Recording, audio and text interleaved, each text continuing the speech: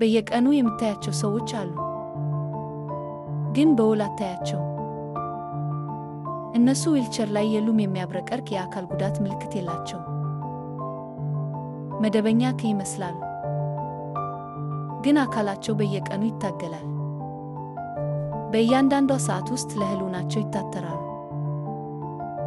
እነዚህ ሰዎች የማይታዩ አካል ጉዳተኞች ይባላሉ። እውነተኛ አካል ጉዳት ያለባቸው ግን የማይታይ፣ ስለዚህም ያልተቆጠረ ህብረተሰብ ነው። የሚሰጣቸው ድጋፍ ለመኖር በቂ አይደለም። የቤት ኪራይ እርዳታ አፓርትመንት ለመሸፈን አይበቃም። ማለቂያ የሌለው የቢሮክራሲ አዙሪት ውስጥ ናቸው።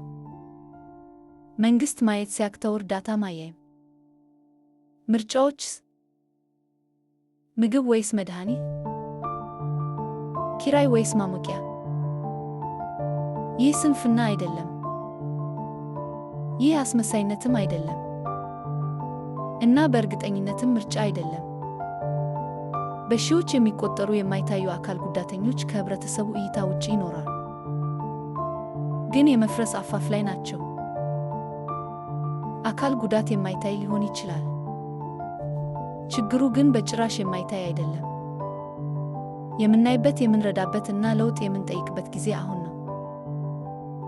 ተናገሩ፣ አጋሩ። ምክንያቱም ዝምታ ነው የማይታዩ የሚያደርገን።